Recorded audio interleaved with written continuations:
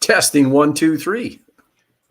Hi, Barry McGuire here for, wait for it, Barry McGuire's Creative. Haven't done this for a long time. Creative Real Estate Education Series. It's the Monday main event. B. McCree. Here with Wayne Hillier today to talk about what lots of folks want to talk about, investors want to talk about. They want to talk about joint ventures. Wayne's got a workshop coming up. We have a workshop coming up, and we're going to be doing it together. But, in preparation for that workshop, on what day are we, Wayne? April the 27th, I think it is. 27th, 27, yeah. Yeah, the Saturday.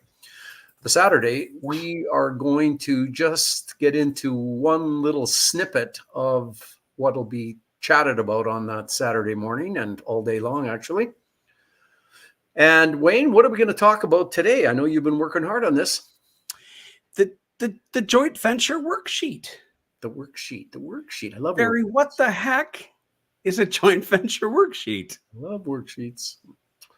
I tell you, I know it.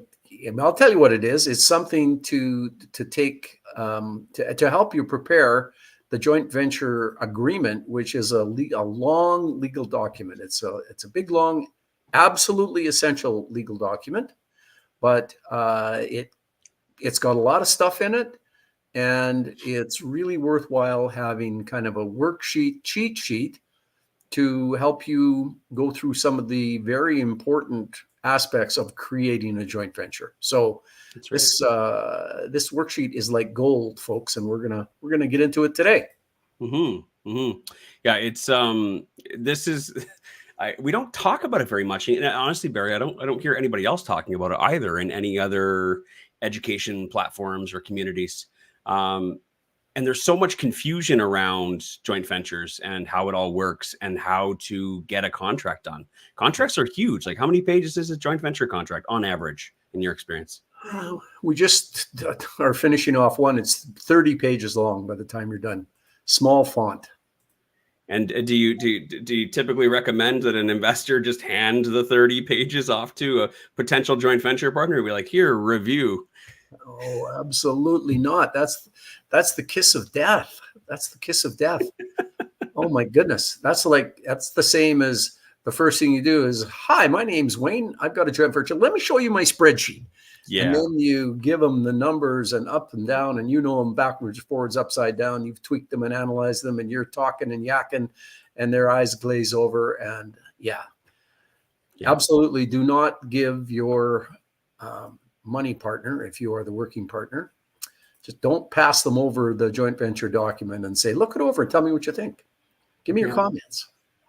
But there's a really great document that you created, and I don't even know when you created this, but it's been around long enough that I can say that I purchased it way back when in a deal ready documents package. That's, if I recall, this is back when the real estate, I think you were working with the Real Estate Investment Network, and it came through their platform.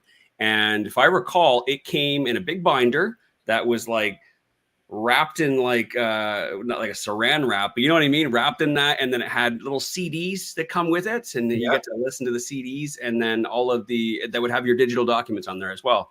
And I remember buying that, and I thought that was the coolest thing ever, buying the deal ready documents thing. And in there was the joint venture worksheet. And that's how long it's been around. So it's been around for a very long time, but it's not used very often. And, you guys revised it a few times over the years. And then now, for this upcoming joint venture workshop that we have coming up, we're revising it again. We're revamping it and adding more, especially considering all these, the chatter and the talk around raising capital and partnerships and all that stuff right now. I think it's really important that we take a deep dive back into it to make sure that we're doing things right and we're adding things in to make sure that people are protected on both sides of the party, or both parties. Yes, it's a two-way street. We always want both sides, both parties to be protected, because we're always playing for win-win. You're never trying to take advantage of somebody, and you want outstanding positive outcomes to any agreement. any joint venture. And so the worksheet is a really good way to talk about things that are important and see how each side feels about a particular aspect of the joint venture. So it is an incredibly useful document. Absolutely. I'm looking forward to diving into it at the workshop, and also diving into it today, because I think what we have planned for today is to go. We can't go through the whole joint venture worksheet. How long did you say it was? Did you say? This version of it is 5 pages long. So if we're gonna, probably 4 or 5 topics on each page. So 20 to 25 things that it goes over. If we get through 5 today, it'll be a lot. Yeah. Yeah. So that seems like a good spot, or it seems like a good idea. Is maybe we'll just hit 5 of the 25. So you guys are getting 20% of the joint venture worksheet. And I think that the 5 that we chose are probably the 5. I don't want to say they're the most important, but 5 of probably the things that you wouldn't want to skip in a joint venture agreement. Let's just put it that way. No, very, very important aspects of a joint venture. So yeah, everything's important. Some things are a little more important than other things, but these are good ones we're going to talk about today. And so I can't see the chat or the comments. Maybe I can. Can I see the? Oh, I can see the comments. I can. Let us know if you guys in the chat have ever used a joint venture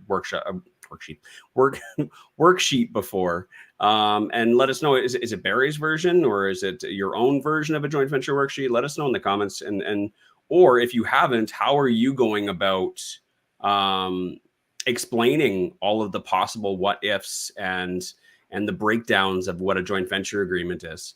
Because it actually, I'll add, it's not even just about like going through the what ifs. It's also about like the joint venture worksheet also goes through diligence on each party as well, right? Mm-hmm. Making sure that you're asking the right questions. Yes. Yeah, it's a multifaceted bit of assistance for you, for sure. Yeah, so let us know in the comments, and also if you guys are here, let us know where you're from. I see Denise is here. She's Ottawa and is in the house. I saw Gregory there a second ago as well from Saskatoon, and another Gregory from Kitchener. 2 Gregorys back to back. Who else we got? Scott's here as well, and Tesfai says he's in the house as well in Leduc. And Sean is here, and Irina is here from Vancouver Island. Good to see you guys. Josh Kittipus is here as well. I don't say Josh's name very often, so I hope I didn't butcher it. Kittipus. He'll let me know. Paul's here from Grand Prairie as well. Sam's here from Edmonton. Who else we got here? Donna's here. Hard to believe, I know. Oh, wow, we got a lot of people here today. I can't see the numbers. Donna, is this your greatest Live at 5 ever? Is this the most successful Live at 5 ever? Could it be? Well, we're working on it. Yeah? Okay, do we got to give something away? Valden's here from Edmonton. Stacy's here from St. Albert. Kim is here from Calgary. Sean's here from Ontario. Doesn't want to specify where exactly in Ontario. It's a big province. Gabby's here, my lovely wife. And Srihari is here from Edmonton. Stacy, I think I said, St. Albert. Adam's here. Holy guacamole. But I don't see anyone saying that they've ever used a joint venture worksheet before. So I'm sure there's lots of people that are wondering what it is. And we've kind of, talked a little bit about what it is. But why don't we dive into, 5 things that you should see in a worksheet? Maybe that'll give people a better understanding of what it is. Let's do that, Wayne. Before we get doing that, as I'm listening to you say hi to folks from all over Canada, I think it's important for people to know that the worksheet, as well as the documentation that's going to be supplied at the workshop coming up on April 27th. We're here in Alberta and we've drafted Alberta documents, but the joint venture concepts that are treated by the documents are pretty much universal concepts across the country. So if you're in Ontario or BC and you're taking one of these joint venture agreements that we're going to supply, There'll be minor things to change for your province, but not a whole bunch. It'll be a huge assistance to your legal counsel wherever you are. If they need help with a joint venture agreement, getting what we're supplying will really, really, really help them, because the concepts are relatively the same across the country. Would you say that handing this off to your lawyer as well in preparation for the joint venture agreement, would that probably help with keeping costs down as well? I mean, I think it would if the lawyer needs help because he doesn't do joint ventures very often or isn't too familiar with them. If you just set a lawyer loose creating a brand new document that's 30 plus pages long, that can boost your legal account a fair bit. If you give them one of the joint venture agreements and say, you know what, I'm not a lawyer, but I've read this over 3 times. I've got some comments to make. I'd like to chat with you about it. I think this is a pretty good start, but you're the expert, giving it to you. So I think it would help a lot. Okay.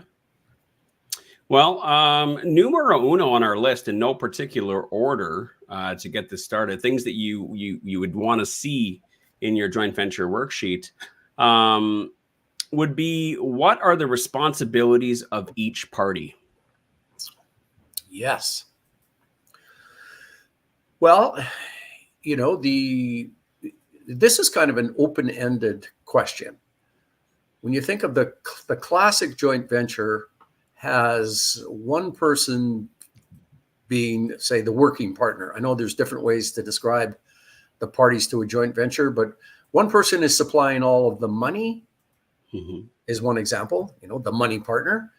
And one person is finding the property, perhaps managing the property. That's the working partner. But it can be everything in between. I mean, it often divides up into these 2 categories. Money, that's all they're doing, and the other party is doing everything else. So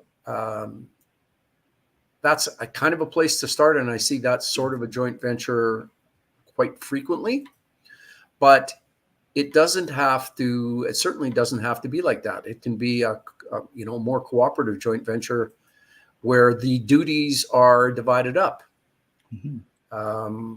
So finding a property, the working partner often is the party that finds the property, analyzes the property, looks at what the rental market might be, looks at what the best use of the property is in the joint venture. Are we going to buy this property because we think it's a great long-term buy and hold? And so that's the kinds of properties we're looking for. Or maybe it's a fix and flip style joint venture where the working partner's job is to find those under market properties where, for example, adding $50,000 worth of renovations adds $100,000 to the value, or some number that people agree on. So the duties and the responsibilities can be divided up any which way people want. But they can be shared as well. And as I was making that comment and thinking about who does what in a joint venture, I'm reminded of I think it's called the joint venture matrix. The joint venture matrix. And the joint venture matrix is a really, really good explanation and setting out of all of the things that the working partner does. So when a working partner is talking to his money partner and going, you know what, I take care of everything except money. You're on money, but I take care of everything else. And the money partner says, yeah, well, what are all those things? And we've talked about just a few of them right now. But the joint venture matrix, I think it probably lists 50 or 60 or maybe 100. It's a really eye-opening document that says everything that the working partner does.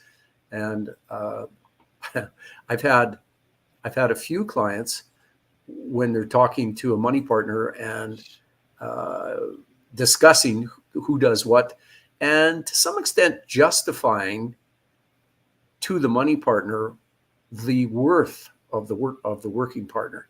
Yeah. I've had them go in and they're looking to do the classic 50-50 joint venture. Money partner gets 50% of an interest in the joint venture for supplying the money, and the working partner gets a 50% interest for doing the things that he does. And that's, what we're discussing now. After hearing the money partner say, so that's pretty good. You've talked about 3 or 4 things, but is that all you do? The working partner pulls out the joint venture matrix and says, well, I know you want to really discuss this. Let's look at the 40 or 50 or 60 things that I do within this. The result of which explanation and use of the joint venture matrix is that the working partner ends up with a bigger share than 50%. Yeah. I've seen it 70-30 in favor of the working partner, because that working partner knew exactly what they were doing, knew how to set up a joint venture, knew how to make sure that his working partner could see that they were going to essentially make 12 to 15% on their money invested. Mm-hmm. And when that money partner was coming from losing investments, bad investments, or really low return investments, when they can see that their 30% still is getting them a 12 to 15% gain on their money invested, they're going, hey, I'll do these all day long. Mm-hmm. In any event. So, and that joint venture matrix is going to be a part of the digital documents, is it not? It is, Donna. That's part of our digital documents. Yeah. Donna's saying, yes, it is. She concurs. Okay. She concurs. I wanted to add a different perspective, though, in this before we get to the next one.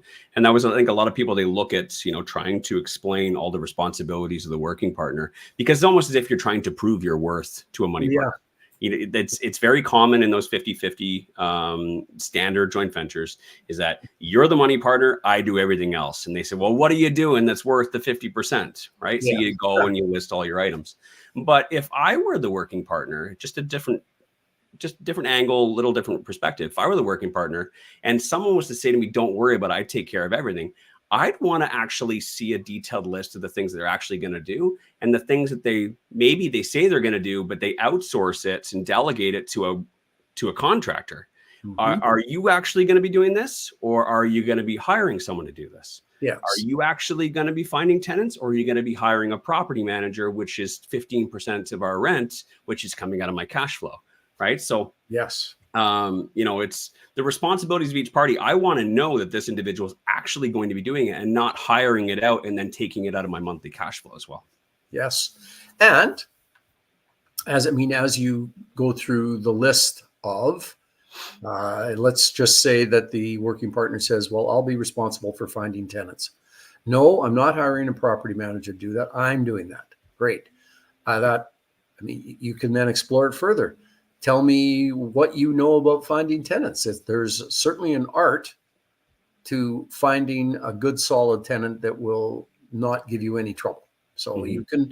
you can poke away at what people say they're going to do from both angles. Mm-hmm. Yeah. On the other side, it's a smaller list of things on the money partner side, but you're talking to somebody who says, hey, I love this. I got lots of cash and I can qualify for mortgages. You can poke away at that a little bit and go, I need some reassurance that as we move along here, that you actually will be able to do it. So let's talk about that part. Mm-hmm. So it kind of goes both ways, although there's lots more of it from lots more things to poke at that the working partner might say they can do that you'd want some comfort that they could actually do. Mm-hmm. Yeah. And so next on the list is a nice little segue. While you're talking about the responsibilities of each party, it's also important to dive into who is going to be bringing what to the deal as far as resources go.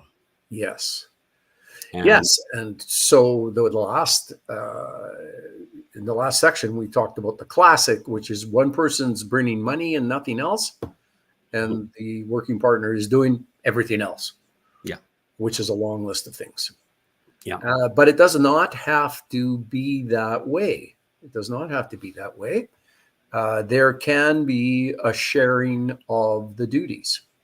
It can be a sharing of the duties of those, those 40 or 50 things that a working partner could be doing. Not every joint venture has every working partner doing exactly the same thing, but there could be a sharing of the duties. And as a further segue, we're not going to be talking about this today, so I'll just dangle it out there. When you're looking to attract joint venture money and you want to stay, color between the lines, not get into the gray area, having a joint venture where the parties truly share the duties is a great way to prove to an inquisitive securities commission, should they come knocking on your door, that you have a true joint venture and you're not selling a security or an investment contract. Sharing duties is a great way to show the Securities Commission that it is truly a real estate joint venture. Yes. But having said that, and going back to sharing the duties. Well, bringing what to the deal? Bringing what to the deal? Sorry, yes. What are Yeah. you bringing to the deal? It doesn't necessarily have to always be, because resources can be defined by many different things, right? Resources can be your skill sets, as you explained. It could be tasks. It could also be cash and the down payment, as well. I guess just any capital investment into that. It doesn't always. It's not always meaning just the down payment. There's other capital that's required, i.e., for example, a reserve fund. Right. And I've got it in one of my personal joint ventures, actually in 2 joint ventures, where I agreed that the money partner was okay with bringing the down payment money, but they wanted me to have some skin in the game. So they asked if I would contribute to the down payments. And I said, well, I'm not going to contribute to the down payment, just without getting too complicated, with the legalities of that. But what I can do is I can contribute to the reserve fund. And for whatever that might be, maybe 5,000 or 7,500, something to start off the reserve with, so that they felt comfortable that I had a contribution as well, that I had skin in the game. And you can carry that on for all of the other financial aspects of the joint venture. So you have a reserve fund, but what if there's an emergency that the reserve fund doesn't cover? Yeah. What if there's some major thing? I mean, cash calls. Who's going to be responsible? Are you going to share cash calls, or would Wayne be stepping up again and saying, okay, well, I'm putting up the reserve fund and I guarantee you'll never have to put up another penny? Yeah. Does that mean if the HVAC and the washer and dryer and the furnace all go at once and it's a $20,000 bill, Wayne, you're going to come up with all that money? You bet. That's what it means. That's what it means. I have done that. I've only done it once, where I have agreed that I will cover the cash call. Now, in that circumstance, I had the joint venture partner put the reserve fund in place. Now, they were good with everything. They just wanted some assurance that, okay, I've put up the down payment, I put up the reserve. What if the reserve empties? I'm like, don't worry, the reserve will never empty. We have a good system in place to make sure it'll never drop. Yeah. Said, yeah, but what if it does? I said, okay, that sounds reasonable. I understand your concerns. If it does drop below a certain threshold, I will top it up, and then I will get the money back first from cash flow until I've been paid back. Then we'll replenish the reserve, and then we'll split cash flow. Does that seem reasonable to you?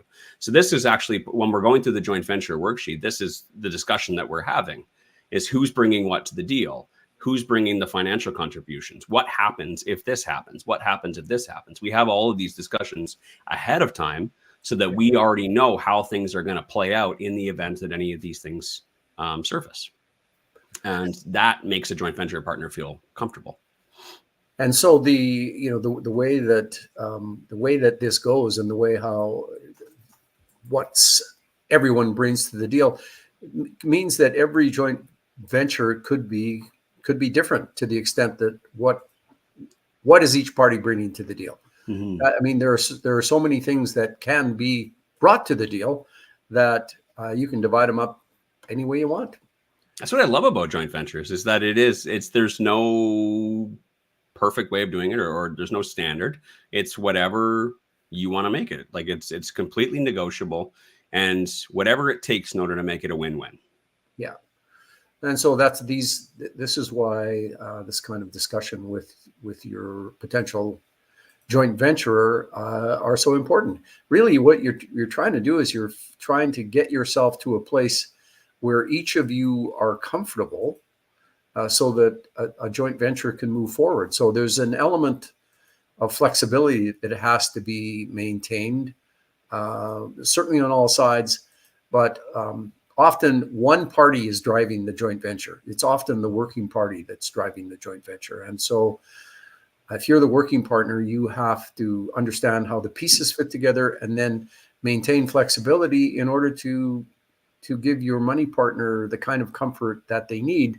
Wayne's example of the reserve fund, where he assured his money partner that there would never have to be a contribution to the reserve fund, could only be solved by Wayne saying, okay, I'm flexible enough to say that, I normally don't do this because I know it's not going to be a factor. You need comfort, so here's what I'm going to do. Yeah. So you got to be flexible. Yeah, absolutely. So next on the list, something you'd want to cover is, how are the proceeds going to be distributed? And that could be there's so many different ways to look at this, actually, because there's lots of different ways for money to be pulled out of a deal, right? Yes, there are. There's pulling money out while the joint venture is still in progress. There is, what happens at the end if the property is being sold and the joint venture wound up. There is, kind of when you do it. Mm-hmm. There is, sometimes people don't like having a reserve fund. I know that we would never kind of allow that, but in circumstances where there's good cash flow, but you don't establish a reserve fund at the beginning, I mean, you go, okay, fine. Well, we have to have one. And so we're from positive cash flow each month, we're going to contribute to the reserve fund. Yeah. There's limits that you set. We can distribute all the cash flow as long as the reserve fund is maintained here. And we're just going to make sure it stays at that level. Yeah. What else? There is the accumulating of it. Are we going to distribute any at all, or are we just going to save it all till the end? Yeah. Well, yeah. I'm just thinking. I've had a couple of circumstances where cash flow, the percentage of cash flow didn't equal the percentage that interest that people had in the property. But let's not talk about that. That's overcomplicating things? That's too complicated a situation for us. Save it for a Tales from the Trenches. Yes, I will. Do we have a question, Donna? Yeah. Is it on the screen? I don't see any questions. Donna's sassy today. I'm sassy today. Is it on the screen? She says. Oh, I think she was implying it is on the screen. Now it's on the screen. It is on the screen. Lisa, I'm so glad I can see your question now. If I'm unable to attend workshop, would I have access to recordings and documents provided to attendees? Well, I mean, we typically do that. I'm going to talk to Wayne, my other half, and to Donna, my producer. What's the answer? Of course. Of course. Of course. I knew that was the answer. Yes, that's the great thing about this, Lisa, is we certainly do a great recording, make sure the documents are available. And so, yes, it'll be available to post-event. Yeah. It's because as well, even if you are showing up live, it'd be nice if you can go back and rewatch it. There's going to be lots of things that we're going to be talking about that some of it you're going to understand, some of it you're not going to understand. Some of it might just whiz by and you might not even catch it because there's going to be so many gold nuggets of information. And I would highly recommend afterwards going back and rewatching it again, and then going through the manual as well. Yes. Yeah, that's the good thing about having all that to go over. I mean, it's not something you do every day. For all of us, if you're learning something new, it doesn't matter what it is. It takes a while to get onto it. It's very difficult to just read to go over one of these things, look at all the documents and go, oh, I got it. It's no trouble. Okay, I'm going to make some calls here. Mm-hmm. Takes a while. Good to be able to go over it for sure. Back to what you were saying about monthly cash flow and how to go about doing it and timing and stuff. I'm just going through, as you're saying things, I'm just thinking about different joint ventures that we have. And it's funny when you say things, I'm like, oh, I have a joint venture like that. And it's because none of our as much as we try and keep all of our joint ventures the same, as have a template. Each individual partnership is going to be unique because each partner is going to be unique in our relationship. Yeah. So we try and keep things standardized as much as possible. But as we're going through our joint venture worksheet with our partners, there are things that are going to come up that they might have concerns about. And everyone normally has one or two things that they're concerned about. And in those circumstances, Gabby, my wife, and I, we have a decision to make. We can say, no, this is the way we do it, or we can adapt and try and make the other party feel comfortable by making an addition or a revision into our joint venture agreement. And like I said, almost every joint venture agreement, there's a small little revision, a little tweak in order to make sure that the other person feels comfortable. And for the cash flow one, we have one where the joint venture partners were not interested in monthly cash flow. It was a very small amount anyways. It wasn't a life-changing amount. I think it was maybe $100 each or something like that. And Gabby and I are in a position where it wasn't going to make a big difference for us either. So they felt more comfortable waiting until the end of the year at tax time to see how much money we've spent on repairs, maintenance, and also if there was any vacancies. And then at that time, taking a look at the reserve fund, seeing how healthy it is, and making a decision if we want to pay out a lump sum instead. So that's what we do with that joint venture, is that every year when we do taxes, we actually just released it a couple weeks ago. I can't remember how much it was, but it was, I think, I wish Gabby was here. I think she said it was like, oh yeah, we just got like $1,900 from that joint venture. I'm like, oh, cool. So we put it in the account. I mean, that was a nice little payday. So it's a much more responsible way of approaching it, in my opinion. Most people want the cash flow now, but it's actually something we introduced to all of our new joint venture partners now. And normally it's part of my standard presentation is that, we can pay it out, but to be completely honest, that $150 a month is not going to change my life. I don't know how you feel about it. Sometimes I feel better leaving it there. Let's assess the whole 12 months, and then maybe we can have a discussion and determine whether it's a good idea to pull it out or not, or just to keep it in there and keep our reserve fund nice and healthy.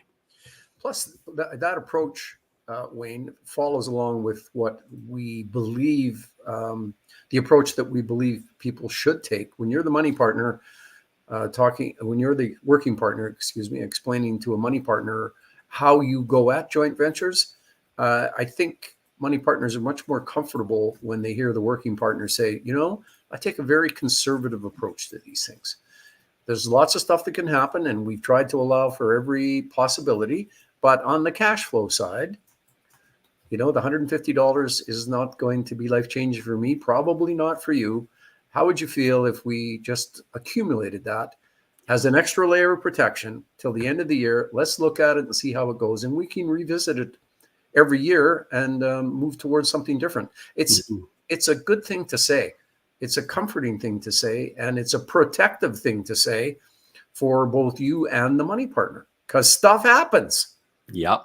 And I've learned that it actually, when you're doing those presentations and you still haven't quite got the ink to paper yet, that right there really helps build trust with your joint venture partner, because it tells them that you're not in it for the money right now. You would much rather have a safe investment than getting cash today. And it really helps build on that trust.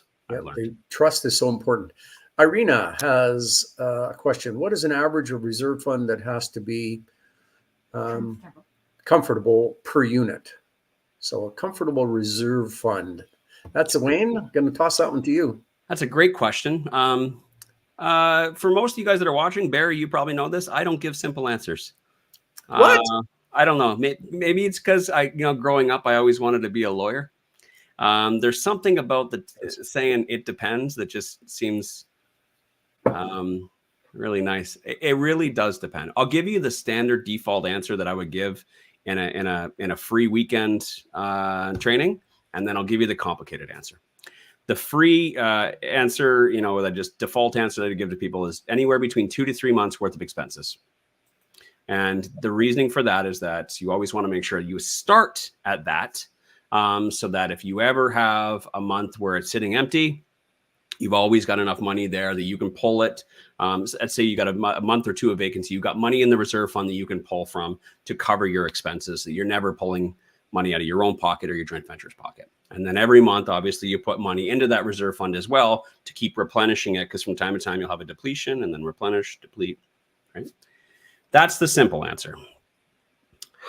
The complicated answer, thorough answer, is you should be taking into consideration what type of property you're buying, how old the property is, and what the lifespan of each of the individual components that you're responsible for in that building as well. Furnace, hot water tank, roof, windows, washer, dryer, fridge, stove, thousands and thousands of dollars worth of stuff. If this is a brand new property, it's not really all that important. If you're buying a property that's 17 years old and all of the fixtures inside are original, stove, washer, dryer, furnace, hot water tank, all these things are due for replacement.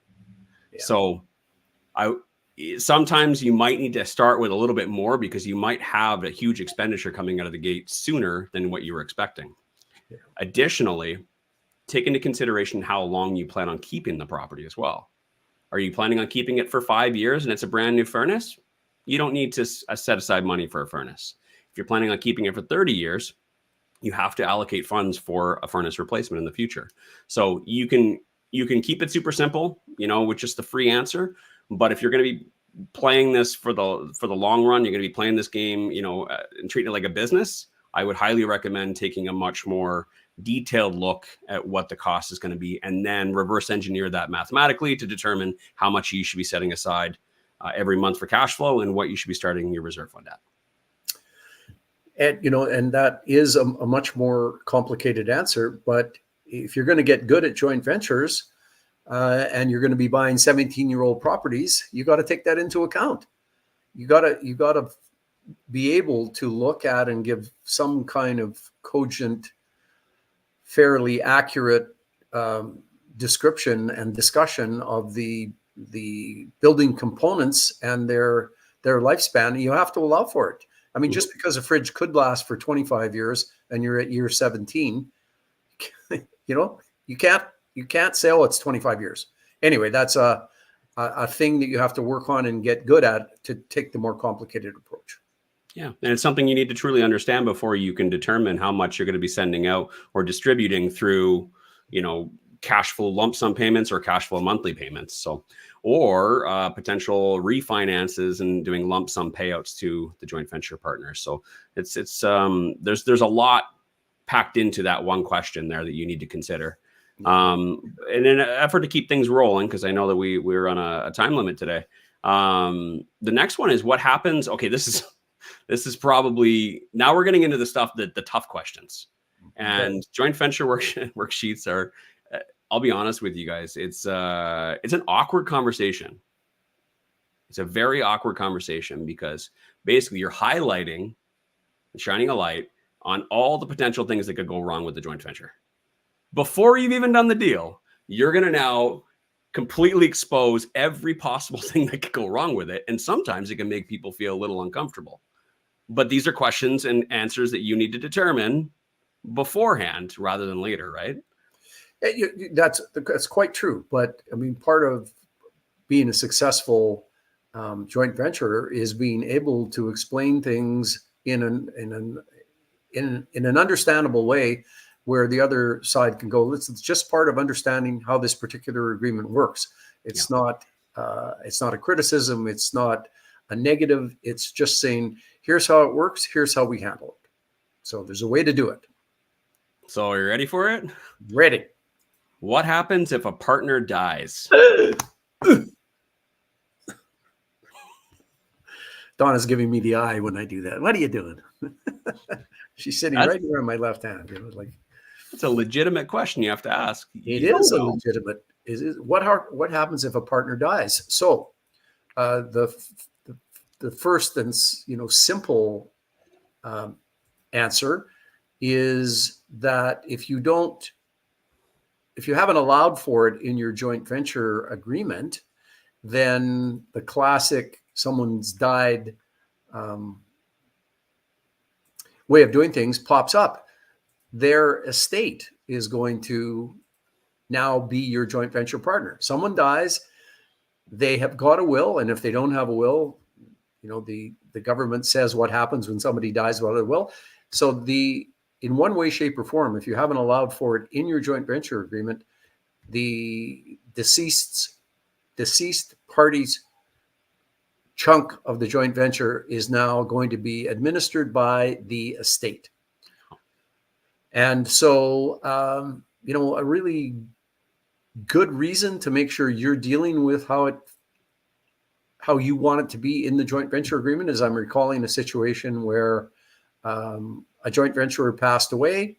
They didn't allow for it, and dealing with the estate lawyer and the estate accountant who didn't understand anything that was going on, and really they just wanted to get the cash from the joint venture and carry on. It was a nightmare. It was a nightmare. So, and that's just talking about the cash and the equity. We haven't even talked about the other things that we discussed earlier, which is the responsibilities. we haven't. And so the estate steps into the shoes of the deceased joint venturer. And so if they had a whole bunch of responsibilities, they continue to have the responsibilities, except now those responsibilities are those of someone who has no clue and no ability. How much fun would that be? Yeah. How much fun would that be? So you can allow for what happens if someone, if one of the joint venture partners passes away. You can allow for that in the joint venture agreement. For instance, you can say the joint venture will maintain an insurance policy on each of the venturers' lives in an amount and with conditions that will allow, if one party dies, that the policy will allow the other party to buy out that person's share. Yeah. So that's one. That's one way of doing it. Of many. It's one of many ways of doing it. But yeah, we could take up the next hour talking about the various circumstances that can show up and how you deal with those circumstances. But it is a very important part of any joint venture. So Wayne, we better hit the next question because 2 minutes. 2 minutes to go, folks. We have a truncated Monday main event tonight. And so we have until 5:45. 2 minutes. Keep talking. Similarly, yes, Wayne. Go ahead. Similarly to what if a partner dies? Then the last one we have for today is what if a party defaults? What if a party defaults? So if a party defaults is something that joint ventures deal with. And so the default usually shows up when there's cash calls and somebody is responsible for a chunk of the cash call and they can't or won't put up the money. Joint venture agreements then say what happens. And so it could say something like, if there's a cash call and one party doesn't put up the chunk that they should put up, then the non-defaulting party can put up that chunk. The other party gets 60 days to come up with the money. If they don't come up with the money, then they lose their entire interest in the joint venture. That can be pretty severe if there's a lot of money at stake. Sometimes it says that they don't come up in the required time frame, that their interest in the joint venture, their percentage interest in the joint venture is diminished by 20%. So if it's a 50-50 joint venture, their interest would be down 20%, which is 10%, 50. So it would now be a 40-60 joint venture instead of a 50-50 joint Yeah. venture. So these clauses are, they're like right of first refusal and option clauses. They're quite complicated. They're quite complicated because you have to describe every little single thing. You have to give people notice. When you're taking something away from somebody and you might be in court, the courts are very careful to make sure you're not abusing the other side. Time. And They, Wayne, yeah, I was just gonna say that, you know, there's lots and lots and lots of different ways to handle each of these, whether a partner dies or whether a party defaults. You know, it's not a one size fits all, and it No. really, you know, just making sure that you can discuss these things in your joint venture worksheet. But what we described earlier is you're going to take that and you're going to pass it off to your lawyer, and your lawyer is going to take what you guys agreed on, put it into the agreement, then send that off to your joint venture partner to be independently reviewed by their legal. So that way, you know, everybody's on the same page, and then the lawyers will go back and forth to make sure everyone's good about it. As I mentioned, like the other lawyer might not like the proposed example and perhaps or clause or solution. They might try and do another solution. They might propose something else. So change the wording, amend it, propose a completely different solution. But those last couple things we're talking about are regularly a couple of pages of subparagraphs where you go through the scenarios and if then. So yeah, they're quite complicated, but they got to be there, folks. Yeah. And we only touched on 5 today of 25. This is why that workshop is so important. It's brief, and it was a brief discussion. I mean, each one of them we could have spent the whole amount of time talking about it. So yeah, there's lots to talk about, and I'm looking forward to April 27th, spending all day with everybody and diving in as deep as we need to dive. Yeah. If you're like me and you love the legal, it's a good day. It's going to be a great day.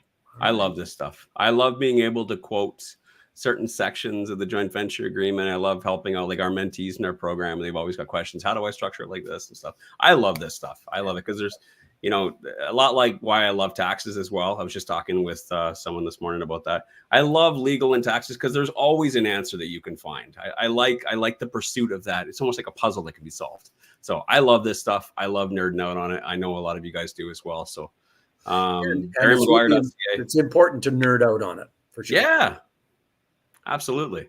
BarryMcGuire.ca. Go get your tickets for that. All right, folks. Thanks for showing up.